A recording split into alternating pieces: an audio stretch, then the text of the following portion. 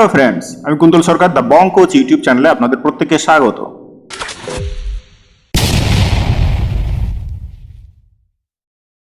Friends, আমার এই ভিডিওগুলো যদি আপনাদের ভালো লাগে তাহলে অবশ্যই লাইক, সাবস্ক্রাইব এবং টিমমেটদের সঙ্গে শেয়ার করতে ভুলবেন না প্লিজ। ফ্রেন্ডস, আর মাত্র কয়েক ঘন্টা পর আমরা নতুন বছরে পা রাখতে চলেছি।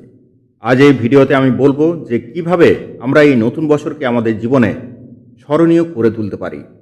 এই নতুন বছর আমাদের প্রত্যেকের জীবনে সাফল্যের এক মাইল ফলক হয়ে উঠতে পারে।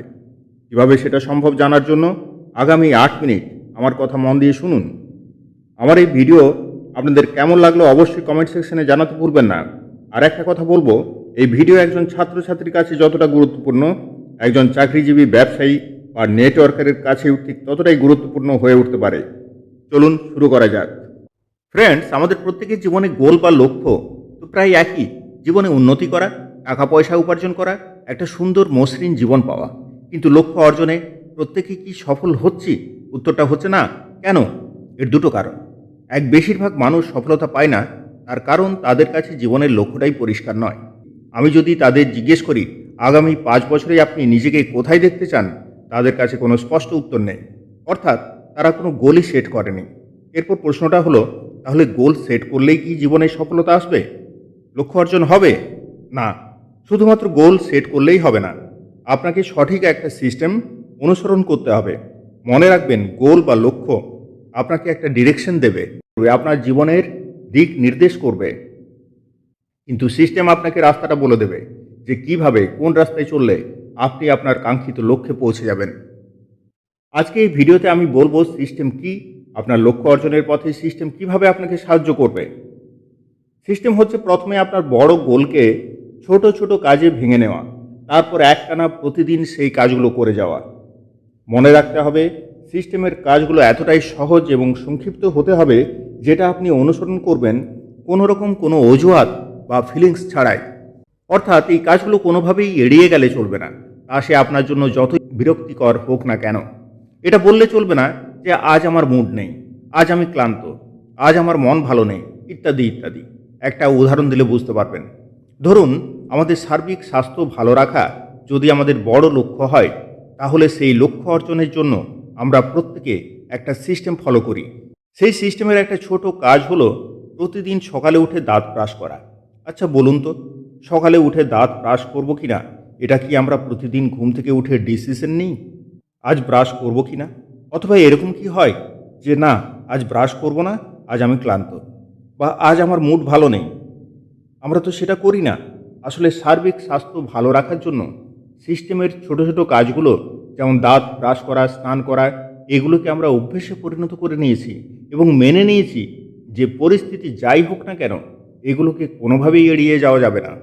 সেই জন্য সিস্টেমটাকে এমনভাবে ডিজাইন করতে হবে যে খুব খারাপ দিনেও আপনি সিস্টেমের ছোট ছোট কাজগুলো করে উঠতে পারবেন। সেরকম একজন ছাত্র বা ছাত্রী যদি এন্ট্রান্স এক্সাম ক্র্যাক করতে চায়, পরীক্ষায় ভালো ফল করতে চায়, তাহলে তাকে একটা নির্দিষ্ট সিস্টেম ফলো করে যেতে হবে, প্রত্যেক দিন নিয়ম করে একটানা। সিস্টেমকে সবসময় আপনার খারাপ অভ্যেসের হাত থেকে রক্ষা করতে হবে। উদাহরণ হিসাবে বলা যেতে পারে, ধরুন আপনি ঠিক করেছেন সকালে উঠে প্রত্যেক দিন যোগা অভ্যেস করবেন আপনার সুস্বাস্থ্যের জন্য, কিন্তু ঘুম থেকে উঠলেই আপনার হাত চলে যায় ফোনে, আপনি ফোন স্ক্রল করতে থাকেন, সময় চলে যায়, আপনার যোগার অভ্যেস করা হয়ে ওঠে না। তাহলে আপনাকে কি করতে হবে? শুতে যাওয়ার আগে ফোনটাকে অন্য ঘরে রেখে আসতে হবে।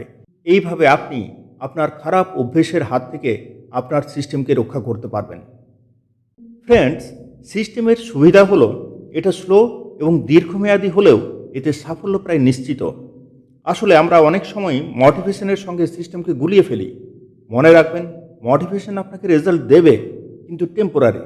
যেখানে সঠিক সিস্টেম ফলো করে আপনি রেজাল্ট পাবেন পার্মানেন্ট। এবং সিস্টেমের সুবিধা হলো এটা আপনাকে সফলতা ধরে রাখতে সাহায্যও করবে। একটা উদাহরণ দিলে বুঝতে পারবেন। ধরুন, অসীমবাবুর ঘর সবসময় অপরিষ্কার থাকে, যেখান সেখান জামা কাপড় পরে থাকে, জিনিসপত্র সারা ঘরে ছড়িয়ে ছিটিয়ে থাকে, ঘর নিয়মিত ঝাঁটমোছ করা হয় না। কিন্তু অসীমবাবু ভেতরে ভেতরে চান পরিষ্কার পরিচ্ছন্ন থাকতে, কিছুতেই পেরে ওঠেন না। একদিন অসীমবাবু ইউটিউবে একটা ভিডিও দেখেন কেন পরিষ্কার পরিচ্ছন্ন থাকা দরকার, তার উপর উনি খুব মোটিভেটেড হয়ে পড়েন এবং মোটিভেটেড হয়ে ঘরদোর পরিষ্কার করা শুরু করেন। প্রায় 3-4 ঘন্টা সময় পেরিয়ে যায়, ওনার ঘর পরিষ্কার হয়। 1 মাস পর দেখা যায় অসীমবাবুর ঘরদোরের অবস্থা আবার সেই আগের মতোই হয়ে গেছে। আসলে ফ্রেন্ডস, উনি মোটিভেটেড হয়ে সাময়িকভাবে ঘরদোর পরিষ্কার করলেন, অর্থাৎ রেজাল্ট পেলেন, কিন্তু উনি যদি একটা সিস্টেম ফলো করতেন যে প্রতিদিন নিয়মিত 10 মিনিট ঘর পরিষ্কার করার, তাহলে সারা মাস ধরেই ওনার ঘর কিন্তু পরিষ্কারই থাকত। এটাই হচ্ছে সিস্টেমের গুরুত্ব। ফ্রেন্ডস, সিস্টেম হচ্ছে একটা দীর্ঘমেয়াদী প্রসেস, যেটা মাঝে মাঝে পর্যালোচনা করতে হবে। সিস্টেমটা কিভাবে আরও উন্নত করা যায় সেটা দেখতে হবে। মনে রাখবেন, সিস্টেম শুধু আপনাকে সফল হতে এবং সেই সফলতা ধরে রাখতেই সাহায্য করবে তা নয়, সিস্টেম আপনাকে কোনোরকম দুশ্চিন্তা ও উদ্বেগ ছাড়াই সফল হতে সাহায্য করবে। ইচ্ছাশক্তি এবং মোটিভেশন যখন কাজ করে না, তখন সিস্টেমই আপনাকে এগিয়ে নিয়ে যাবে। ফ্রেন্ডস, আসলে মানুষ গোল সেট করে, সেটা হয়তো খাতায় লিখেও ফেলে, কিন্তু যখন কঠোর বাস্তবের মুখোমুখি হয় তখন গোল আস্তে আস্তে পিছনের দিকে চলে যায়। আর এখানেই আসছে সিস্টেমের গুরুত্ব। শুধুমাত্র ইচ্ছাশক্তি, মোটিভেশন বা উৎসাহ দিয়ে আপনি বড় লক্ষ্য অর্জন করতে পারবেন না। আপনার লক্ষ্য যদি হয় 20 কেজি ওজন কমানো, সেটা শুধুমাত্র ইচ্ছাশক্তি, মোটিভেশন বা উৎসাহ দিয়ে সম্ভব নয়। তার জন্য দরকার একটা সুনির্দিষ্ট গেম প্ল্যান, একটা সঠিক সিস্টেম ফলো করা। শুধু উৎসাহ দিয়ে যদি আপনি শুরু করেন, তাহলে দেখবেন 1-2 সপ্তাহের পরেই আপনি উৎসাহ হারিয়ে ফেলেছেন। কিন্তু এর ভিত্তি যদি হয় সঠিক সিস্টেম এবং সুনির্দিষ্ট গেম প্ল্যান, যেমন প্রত্যেক দিন 30-40 মিনিটের একটা ওয়ার্কআউট সেশন, যে কোনো পরিস্থিতিতে দেখবেন আপনি আপনার লক্ষ্যে পৌঁছে গেছেন। হয়তো সময় একটু বেশি লাগবে।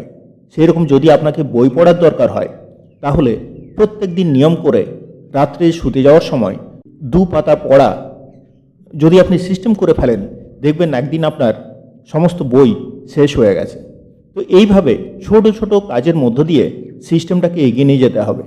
তবে একটা জিনিস মনে রাখতে হবে, আপনি তখনই সফল হবেন যদি আপনার চারপাশের পরিবেশ আপনার সিস্টেমের অনুকূল হয়।